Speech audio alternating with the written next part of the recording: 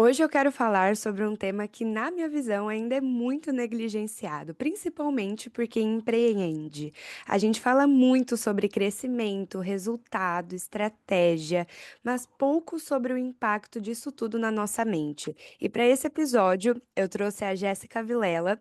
A Jéssica é psicóloga, atua com psicologia da sexualidade e também com empresários, entendendo de perto as dores emocionais de quem está à frente de negócios. Além disso, ela também é empreendedora e faz parte de uma empresa voltada para bem-estar corporativo, trabalhando diretamente com a NR1, ajudando empresas a estruturarem a saúde mental dentro do ambiente de trabalho.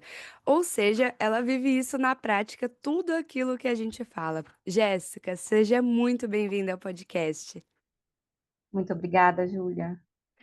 Eu tô super animada para conversar aqui com ela, porque quando a gente conversou pela primeira vez, ela me contou um pouquinho da história dela.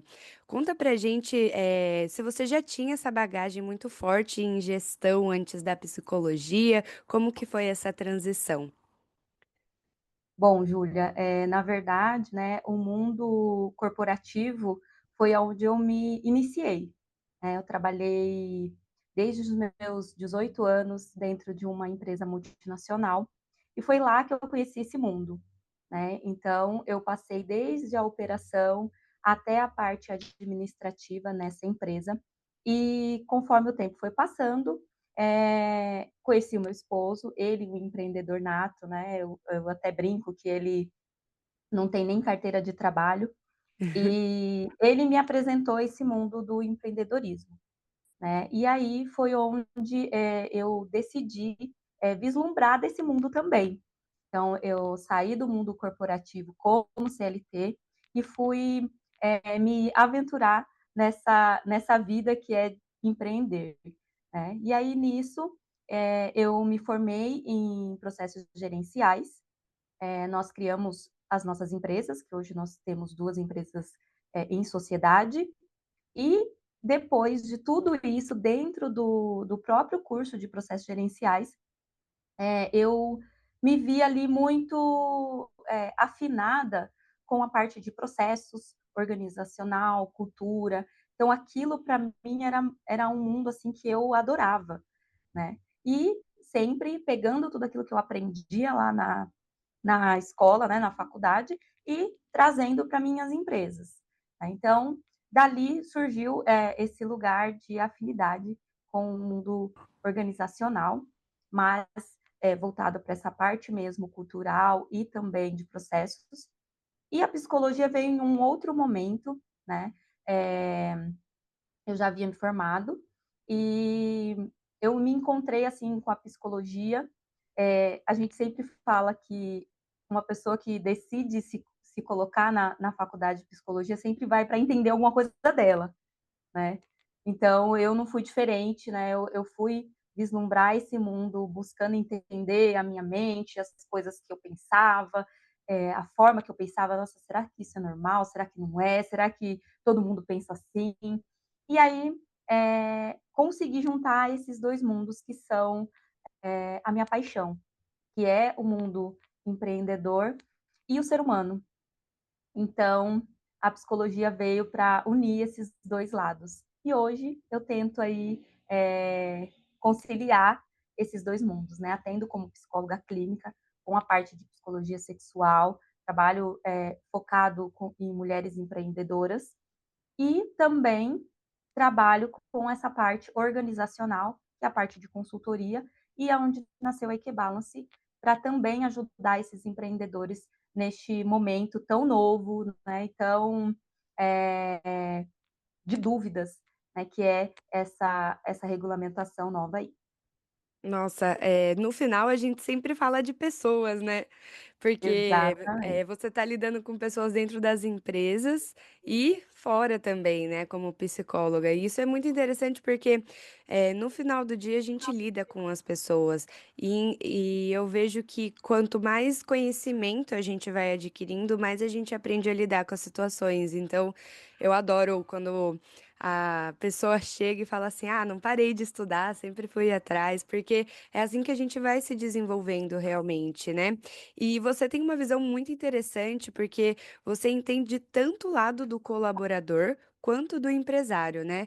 Na sua visão, qual que é o maior erro hoje quando a gente fala de saúde mental dentro das empresas? Eu acredito que é essa colocação do empreendedor, do empresário fora desse problema, né. É como se esse fosse só um problema dos operadores, da parte, operacional, e eles esquecem de verificar isso pelo topo dessa pirâmide, né. Então, quando a gente pensa, numa estrutura organizacional, a gente vai ter ali, né, o estratégico, o tático e o operacional. Quando vem, né, essa questão do bem-estar e dessas alterações devido à regulamentação, pensa muito nessa parte operacional, né, o que precisa fazer, eh, vem muito também hoje a dúvida do: "Agora eu vou ter que cuidar do meu funcionário, do meu colaborador, também fora da empresa", né. E o que eu vejo como diferencial em tudo isso é a gente começar pelo empreendedor. Porque é ali que vem a clareza, é ali que vem toda a estrutura para ela, ramificar para os outros para os outros para as outras bases ali Uhum. dessa pirâmide, né. Então, hoje como que está esse empreendedor, né. Como que E ainda tá? tem mais essa para também colocar, mais aí uma pressão dentro de tudo isso que ele tem que se organizar, né. Com certeza, é interessante você falar, né, como que tá, né, porque às vezes a pessoa tá lidando ali toda com a empresa, lidando com o funcionário e acaba não se vendo e vendo o que que tá passando para os próprios funcionários, colaboradores. E a gente hoje vê muito a NR1 como uma obrigação, né. "Nossa, vou precisar fazer, vou precisar lidar ali", e, algumas pessoas trabalham isso de uma forma mais leve. O que que hoje, na sua visão, as empresas ainda não entenderam sobre o verdadeiro objetivo do NR1, né? Qual que é a diferença que vai fazer na vida ali da empresa, da pessoa? Eu acho que o primeiro ponto é a gente conseguir entender esse movimento como um investimento e não como um custo, né. Existe essa obrigatoriedade, mas também existe muito benefício quando você olha para a saúde mental, quando você olha para todos esses aspectos que está na NR1, mas como um investimento, e também como crescimento da sua corporação. Né? Hoje, já existem estudos mostrando que pessoas felizes produzem mais, né? Então, a gente tem essa opção de olhar isso como uma obrigatoriedade, que é isso que torna, pesado, torna até mais estressante para esse empreendedor, mas a gente pode pensar também nisso como uma forma de investimento, né. E aí é onde a gente começa esse investimento, pensando, em como você se organiza, como a sua saúde mental, enquanto dono, enquanto CEO, diretor dessa empresa, você se organiza nessa sua saúde mental, para você conseguir entender também o quanto isso é importante para a operação, né. Porque hoje, o que que eu vejo muito quando a gente conversa com o empreendedor? Ele inviabilizando e ele negligenciando a sua própria saúde mental. Logo, como ele vai entender a importância disso para a sua operação? Porque ele está ali se sobrecarregando, ele está ali exausto, ele está ali pensando: "Eu tenho que dar conta de tudo". E aí como ele vai olhar para essa base, né, para esses colaboradores e pensar que ele precisa entregar uma coisa que ele mesmo não está conseguindo ter? Uhum.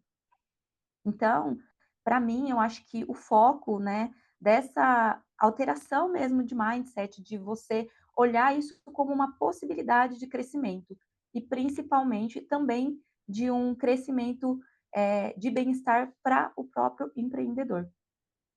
Com certeza. É interessante quando você fala, né, que quando a gente está na nossa trajetória do empreendedorismo, a gente sabe do que você está falando, né, que a gente não olha para nós.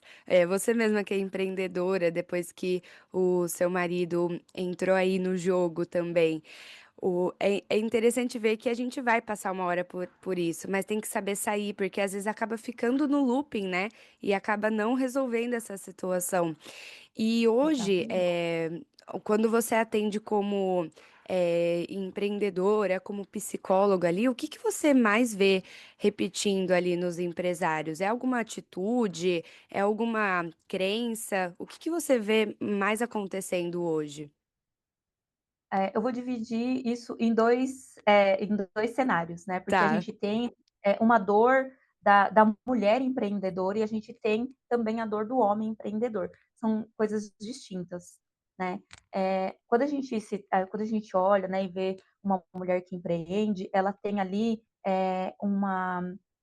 um cansaço, um esgotamento do cuidado, né, porque, eu até brinco, que os homens não foram lá queimar cueca para ter o direito de ser donos de casa, de cuidar dos filhos. E as mulheres foram atrás dos seus direitos, mas o que que aconteceu? Foi o ali uma co uma colocação extra de deveres extras para essa mulher, né, então ela precisa dar conta de empreender, mas ela também precisa dar conta do cuidado. E aí, muitas vezes, essa mulher ela chega, né, num set terapêutico com essa ansiedade, com essa frustração, com esse sentimento de que ela não está dando conta, né, e a gente precisa resgatar essa jornada, a gente precisa, fazer com que essa mulher ela entenda que ela tem muitas tarefas, e quando ela deixa muitas dessas tarefas que é colocada, né, para ela, como o cuidado da casa, ou ela se abdica de ter um filho, alguma coisa nesse sentido, ela também sofre pela cobrança dessa desse não padrão que é esperado dessa mulher. Então, quando a gente pensa na mulher que empreende, a gente tem aí várias camadas, e muitas vezes veladas, e muitas vezes ela vai estar ali, encoberta, né, por uma frustração, por uma ansiedade, por uma culpa. Né, então a gente tem aí, esse cenário dessa mulher tentando dar conta de tudo. E aí a gente tem o outro lado, que é o lado dos homens, que é essa demanda, né, e essa coisa com a eficácia, essa coisa com prover, e essa eu preciso performar, né, e eu preciso performar no meu trabalho, eu preciso me performar na minha relação, né. E e aí fica esses 2 mundos separados. O homem, ele ainda tem muito essa situação de que eles não podem, se sentir exaustos ou emocionalmente cansados, né, porque senão você é fraco, senão você não aguenta, né.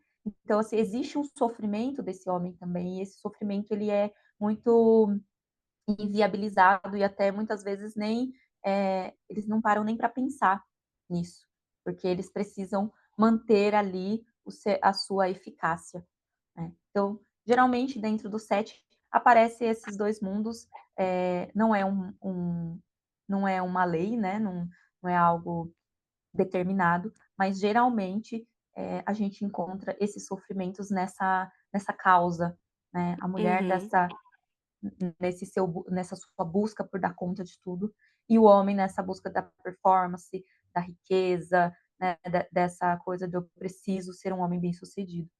Então, ambos ali estão, caminhando para um sofrimento, né.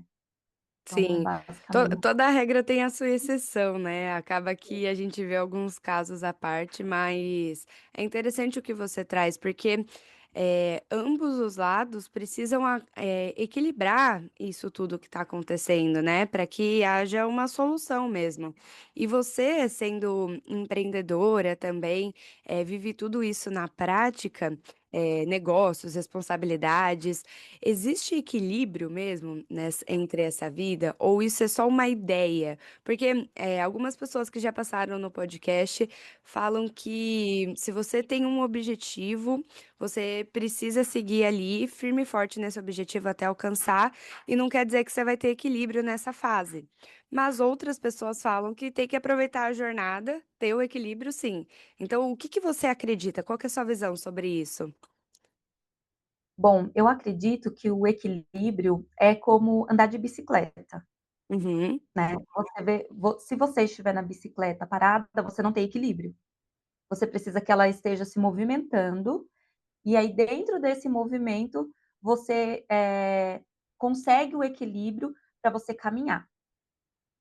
Então, eu penso que o equilíbrio seja muito isso, né, a gente precisa, se organizar nesse movimento, né. E aí, o que a gente precisa, pra entender, o que a gente demanda naquele momento, é a gente estar conectado com a gente, para a gente entender o que vai demandar naquele momento. Então, eu como empreendedora, não é a todo momento que eu estou, conseguindo manter todos os meus pratos equilibrados. Eu tenho horas que eu preciso escolher qual desses pratos eu vou continuar rodando, e outros vão ficar ali no cantinho, esperando o momento dele para eu colocar e equilibrar. Só que existe um movimento que, se eu tentar equilibrar todos ao mesmo tempo, ele vai cair e vai quebrar. Então eu preciso olhar um pouco antes desse momento, um pouco antes disso, e é escolher qual é o prato que eu vou equilibrar, para eu não chegar nesse momento de tentar equilibrar todos e todos caírem. Então, eu acredito que equilíbrio ele está dentro dessa escolha do que eu sustento agora, né, do que me demanda mais tempo, do que me demanda mais energia. Então, se eu estou no momento de criação de uma empresa, ou de um projeto, ou de alguma coisa, eh, é óbvio que esse momento, esse meu lado vai estar me demandando mais energia, mais tempo, né. Aquele momento eu vou estar, até muitas vezes, estendendo um pouco o meu horário, o meu pensamento vai estar fixado mais naquilo, né. Mas a gente precisa ter essa consciência de que isso não é por um tempo muito longo, né. Isso precisa ter essa consciência de que: "Opa, espera aí, já concluí o meu objetivo, já fiz, então o que agora, né, eu preciso, visualizar, eu preciso, colocar mais energia". Então, ora, você mantém ali aquelas outras coisas funcionando, não sim. parada, e alguma coisa em foco, né. E aí depois você vai fazendo essa troca para a gente conseguir se organizar dentro desse movimento, né. Então, voltando ao exemplo da bicicleta, né, então se eu estou no morro, eu vou mudar a marcha, para eu conseguir, com mais leveza, né, concluir ali aquela etapa, né. Se eu estou num lugar plano, se eu estou em algum outro tipo de terreno, eu vou alterando ali a forma com que eu vou pedalar, mas o importante é continuar pedalando, que é para a gente não desequilibrar. Então eu Sim. acredito muito que o equilíbrio seja isso. E é muita consciência então, né, porque, querendo ou não, para você entender, em que momento acelerar, em que momento frear, em que momento, você precisa se equilibrar mais, é entender da situação, né. E hoje eu vejo que, o que me ajuda bastante é o repertório, então, se eu preciso, entender mais sobre gestão, sobre estratégia, sobre, ter mais criatividade, eu vou em busca desse conhecimento. Para você que está ali lidando com empresários no dia a dia, você recomenda algum livro, algum estudo ali para que a pessoa consiga lidar melhor com aquilo? Tem alguma tarefa que você designa para eles? Bom, a forma que eu trabalho, ela é muito, autêntica, né. Eu sempre busco, entender qual é a pessoa na qual eu estou lidando, o que ela gosta, a forma com que é mais fácil ela absorver algum tipo de conteúdo, o que ela realmente precisa naquele momento. Uhum, Eh, Geralmente, né, nessas consultorias que a gente faz, tanto individual, né, empresário como da empresa, a gente precisa entender quem é essa pessoa. E aí, depois que a gente entende isso, aí sim, a gente coloca aí alguns cursos para a pessoa se organizar para fazer, algum treinamento, algum livro, até mesmo alguns podcasts. Então, a gente eu, pelo menos, gosto de trabalhar muito com a pessoa, né. A empresa, para mim, é um subproduto. Ela vai ser sempre reflexo daquele que guia. Então, eu preciso me conectar com essa pessoa, eu preciso me conectar com aquilo que ela entende, que ela acredita como verdade, e aí dentro disso eu vou organizando ali, essas referências. Mas é claro que a gente faz essas referências sim. Eu particularmente, dentro desses trabalhos, eu gosto muito de trabalhar com o livro Execução, só não lembro o autor. Olha aqui, vou pegar ele aqui, peraí. Execução.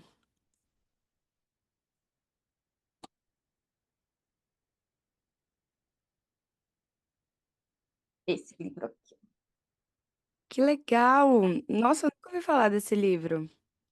Esse livro é muito bom, que ele é como se fosse um guia prático para você, eh, organizar o seu negócio. Então, assim, tudo aquilo que a gente faz dentro de uma consultoria, né, que é fazer as coisas acontecerem, né, os planos de ação saírem do papel, esse livro ele ajuda muito para o empreendedor ele entender qual é o papel dele dentro da empresa dele, né. Tomar E atitude ali, né. exatamente, porque muitas vezes a gente acha que ficar no estratégico não está diretamente ligado com o operacional, né. E aí esse livro ele ajuda a entender bastante isso, a gente se colocar nos nossos lugares de potencialidades, de valor, né, para fazer essa roda aí, girar, né. Que E aí quando bacana. eu trabalho com mulheres, eu tenho mais algumas outras, referências, né, para a gente se entender enquanto mulher, enquanto essa mulher E que falando trabalha. disso, né, eu acredito que pouquíssimas vezes eu ouvi falar sobre psicologia da sexualidade. Como que é isso, né? O que que é esse termo e como que diferencia ali entre outras psicólogas também? Bom, essa é uma pós-graduação que eu fiz, para trabalhar e direcionar justamente, os meus atendimentos clínicos para um olhar mais, direcionado ao sofrimento humano, né. E o que que eu percebi, e o porquê que eu fui para esse lado da psicologia da sexualidade? Porque quando a gente fala de sexualidade, a gente não está falando, de sexo em si, né, a gente está falando de uma gama de temas, né, de situações que engloba o ser humano. Então quando eu falo de psicologia da sexualidade, eu estou falando de gênero, eu estou falando de sofrimento de gênero, então, o como a sociedade ela se estrutura para gerar fatores de sofrimento para uma mulher, para gerar fatores de sofrimento para um homem, para gerar fatores de sofrimento para pessoas de outros gêneros, de outras opções sexuais. Então, eu entendi que eu precisava primeiro entender quem é esse indivíduo, para depois, eu conseguir ali, entender o porquê que ele sofre. E aí, se a gente for parar para se organizar, muitas das nossas questões de sofrimento, ela está nessa busca de nos encaixar dentro daquilo que a sociedade nos colocou como o padrão.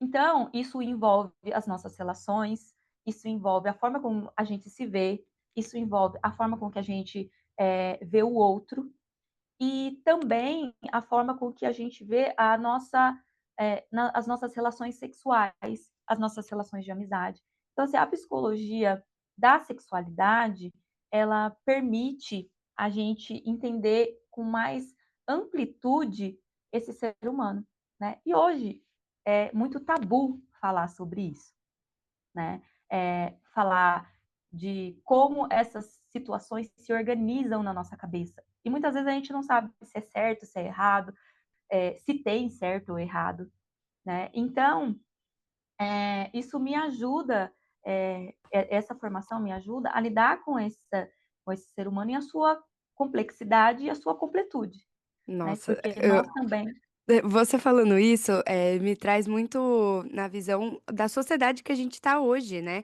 porque, como atualmente eu não estou no Brasil, a minha visão mudou um pouquinho dessa parte de sociedade, porque dependendo da cultura tem muito mais diferença nessa parte de sexualidade, né.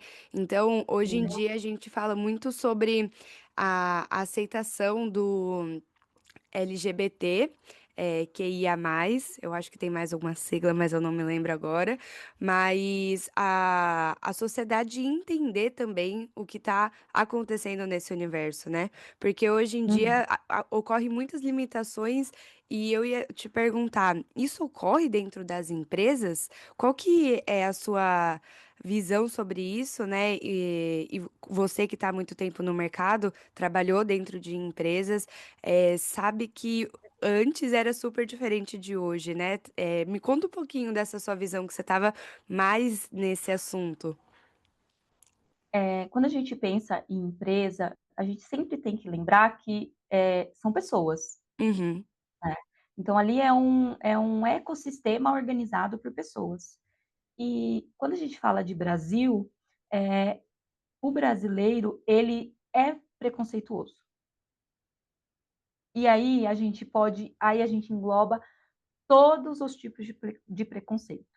Então a gente vai falar de preconceito racial, de gênero, de a própria misoginia, que é esse ódio que é aferido contra a mulher. Então, sim, isso dentro das empresas ainda é uma situação que precisa ser muito trabalhada, né. Mas, a gente não pode pensar só nessa redução. É claro que a gente trabalhar um micro é muito melhor do que não trabalhar nada, mas, a gente precisa entender que isso é uma estrutura e isso é uma questão de políticas públicas, é uma questão, que precisa ser vista muito e organizada muito mais no macro, né, porque isso é uma cascata de informações e de essa organização, que se dá na cultura do Brasil, né. Então existe ali um padrão normativo, existe ali algo que é dito como normal, e tudo uhum. aquilo que foge desse normal é visto como algo, digno aí de um preconceito, né. E aí a gente pode englobar aí todos os tipos. Nossa, acontece muito, né, a gente ainda tem muitos casos acontecendo no Brasil, e eu vejo que cada vez mais com conhecimento, principalmente com essa vinda do NR1, assim, trazendo mais essa, menos ignorância sobre o assunto, né. Então eu acredito que vai fazer muita diferença nesse novo momento da sociedade, do mundo em si. E você fala que a gente precisa, criar, formas, criar ferramentas, ao invés de ignorar o problema, né. Porque às vezes a gente tem ali uma crença limitante, a gente tem uma barreira, e acaba que a gente precisa de alguma ferramenta para que a gente possa aprender a ir ajudando outras pessoas. Me conta um pouquinho dessa ideia sua, porque às vezes, a ferramenta acaba sendo aplicada dentro de uma empresa, então com a aplicação do NR1, e também próprio do empreendedor, né. Como que você avalia ali o que que a pessoa precisa para poder lidar melhor com as situações? Tanto na questão de atendimento da NR1 como uma consultoria empresarial, a gente sempre vai partir de um diagnóstico. Uhum, Então, a gente precisa sempre partir de, fazer uma fotografia daquele cenário e entender quais são as demandas daquele local, né.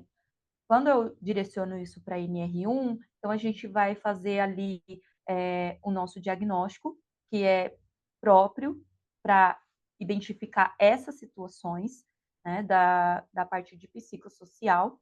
Então, a gente pode usar,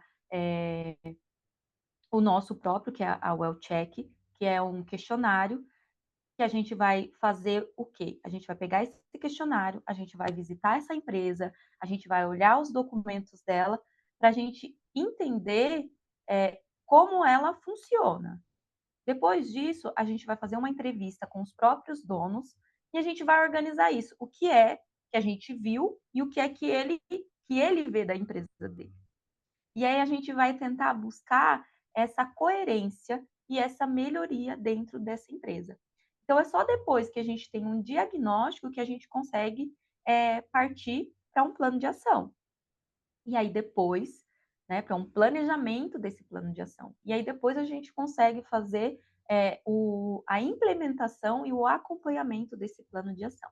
Então, assim, a nossa empresa, né, falando agora como a Equibalance trabalha com as empresas, a gente vai sempre partir daquilo que a gente identifica como um fator de risco. Né? Então, uma coisa que a gente tem como propósito justamente entregar para a empresa aquilo que ela realmente necessita. Então, não é esse lugar da gente ir para uma empresa e fazer uma palestra sobre É bem-estar, personalizado, sendo né? exatamente, sendo que essa empresa ela está com um fator muito alto de assédio sexual, por exemplo. Então, entende que eu não estou atingindo o problema levando uma palestra, por exemplo, se eu preciso fazer aqui todo um processo, todo um trabalho para eu reduzir essa situação de assédio sexual. Que eu preciso entender quais são os fatores causadores, né? Se tem um setor específico, o que está acontecendo ali naquela empresa. Entendi. Então, o nosso trabalho enquanto Equibalance é esse, é a gente fazer esse olhar vivo, clínico, porque a gente junta vários profissionais, então a gente Uhum. uniu a psicologia com a segurança do trabalho. Então, não é um trabalho separado, a gente trabalha junto e aí a gente consegue se organizar para fazer isso de uma maneira mais eficaz, né? Que Que o nosso legal. objetivo é trazer isso como investimento. Então, a gente também precisa criar indicadores que mostrem para esse empreendedor que esse trabalho que ele está fazendo está gerando um ROI, está gerando lucro para ele. Né? Essa é a nossa intenção, esse é o nosso diferencial enquanto empresa, que não é uma preocupação de atingir e pensar, focar só na legislação. A gente quer fazer essa parceria com esse empreendedor e a gente quer fazer com que isso se torne um investimento para ele. Ter o retorno, né? Isso é muito importante, porque hoje em dia, um bom empreendedor, um bom empresário, ele investe no que vai ter retorno para ele, porque ele tem essa visão, né? Essa estratégia. Exato. E lidando, que você falou que seu marido te trouxe para essa área do empreendedorismo, aconteceu o mesmo aqui em casa, eu nem pensava em ter empresa, e o meu marido também me trouxe, o Jean. E é interessante porque a gente acaba lidando com outros tipos de situações do que a gente imaginava do corporativo, né? E você, tendo ali mais de uma empresa, tendo um negócios de roupa fitness, queria que você contasse um pouquinho como que é lidar ali, família, negócios, misturar tudo isso, como que você lida com isso e aconselha a gente a lidar também, né? Porque muitas mulheres hoje em dia acabam tendo negócios com familiares, muitas vezes marido, mas muitas vezes com a mãe, com a família. O que que você aconselha nessa situação? Bom, o primeiro que eu vejo, e aí eu vou falar de uma parte mais pessoal minha, né, vendo todo esse cenário, é a gente entender que a gente não consegue separar trabalho e vida pessoal. Esse é o primeiro lugar que a gente precisa olhar, porque assim como a gente não pode, não deve, né, negar os problemas que acontecem na nossa empresa, a gente também não pode negar os problemas que acontecem nas nossas relações. Então, esse é o primeiro caminho para a gente conseguir se organizar. O segundo é a gente entender que são pessoas que, por mais que a gente ame, são pessoas diferentes da gente. e que essas pessoas, quando a gente decide fazer uma sociedade, elas precisam ter potencialidades e características, né. Eu falo que isso eu errei, pouco, porque eu sempre tive, isso muito claro na minha cabeça, não é porque é da minha família que eu preciso empregar. Essa pessoa ela também precisa ter características que complementem a minha ou que converse com o meu negócio. Esse é o ponto chave para você evitar dores de cabeças de contratação de pessoas nas quais você ama e talvez ela não corresponda àquilo que você espera. Então, tratar essa contratação como uma contratação de uma pessoa, de fora, e aí você olhar se essa pessoa está apta a trabalhar no seu negócio ou não. Essencial, né. Exato. E aí, o que facilita é essa indicação. Então você tá com aquela pessoa próximo, você já conhece mais as características dela, você sabe se ela pode agregar ou não. Mas não se cegar, né, desse afeto, porque isso pode gerar alguns problemas futuros depois, né. E em relação a trabalhar com o marido, às vezes não dá, né, às vezes são sessões de terapia de casal mesmo para organizar, né, porque precisa ter alguém de fora para ser esse norteador e fazer essa aproximação de ideias novamente, né, porque a gente queria que fosse fácil, mas não é, né, não é fácil lidar com pessoas, É, de uma forma geral, né, e ainda mais você não ter esse escape, né, você não ter esse lugar, aonde você existe sem ele. Então vocês são 24 horas, né, um um só. organismo, né. E aí o que funciona bastante, o que ajuda é organizar rotinas, né, e colocar ali coisas inegociáveis. Então, e ali parte do respeito, né. O que é inegociável para você, né, enquanto esposa, enquanto sócia, e o que é inegociável para ele. Então, esses são aqueles lugares que a gente não esbarra, em cuidado, em carinho com o outro. Então eu acho isso Entendi. muito importante, não só para uma relação societária, mas uma relação enquanto casal também, né. E assim, Uhum. a gente consegue seguir e respeitar principalmente um espaço do outro, né. São potencialidades diferentes, são, formas diferentes, então quanto antes conseguir fazer essa separação de cargos, né, e colocar ali quem fica com o quê, quais são as suas responsabilidades, fica muito mais fácil, porque senão é aquela coisa, né, eu jogo, quem pegar, pegou.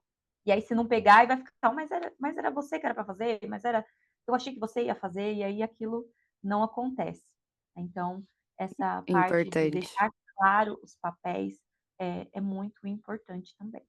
É verdade, não deixar só no feeling ali, né, "Nossa, achei que você ia fazer, não, não fiz", acaba gerando discussão à toa, né, a gente Uhum. sabe que isso acontece no dia a dia. E Jéssica, nossa, essa conversa trouxe muita visão pra gente, né, que é empreendedora, pra gente que sabe que precisa investir no bem dos nossos colaboradores, da nossa sociedade, e principalmente para quem empreende e sente que essa pressão constante de dar conta de tudo não precisa ter, né, a gente acaba direcionando ali as demandas. Eu queria que você deixasse uma mensagem para os empreendedores e empresários que estão ouvindo, e que você também, se a pessoa quiser entrar em contato com você, onde que ela te acha para poder te acompanhar, para poder entender mais o seu trabalho? Legal. Bom, a mensagem que eu deixo é: nós não somos o nosso trabalho, né. Antes de ser, o que empreende, a gente é um ser humano, a gente tem as nossas questões, os nossos sonhos, né, e não deixar isso, eh, fazer você se perder nesse caminho, porque depois, no fim, o caminho é sempre de volta pra gente, né. E o que eu gosto bastante também de falar é: curta o caminho. A gente não sabe aonde a gente vai chegar, né, pode ser mais trabalhoso, né, pode ser algo inimaginável, mas um lugar que a gente sabe que é certo, é o lugar que a gente está aqui e agora. Então a gente precisa curtir esse momento, ter todas essas coisas que acontecem como aprendizado, né. Então, não tem nada que aconteça no nosso dia, por mais, difícil que seja, que a gente não consiga tirar dali, uma reflexão, né, um aprendizado. Então, é curtir o momento para a gente conseguir fazer isso com mais leveza e descansar. Esse é o maior dos conselhos que eu poderia dar, né. Então, descansem também. E o pessoal para te achar pode ser no Instagram, LinkedIn, o que que você acha melhor? Sim, eu estou no Instagram, Jéssica Vilela Psi, então vocês me acham por lá, e lá vocês também conseguem todos os links aí das outras redes que eu me aventuro. Ai, que bom, fico feliz. E para você que está ouvindo, se esse episódio fez sentido, compartilha com alguém que precisa ouvir essa mensagem também, porque saúde mental realmente é a base de tudo, né. E esse foi mais um episódio do Pode Virar Referência. A gente se vê no próximo episódio. Tchau, tchau.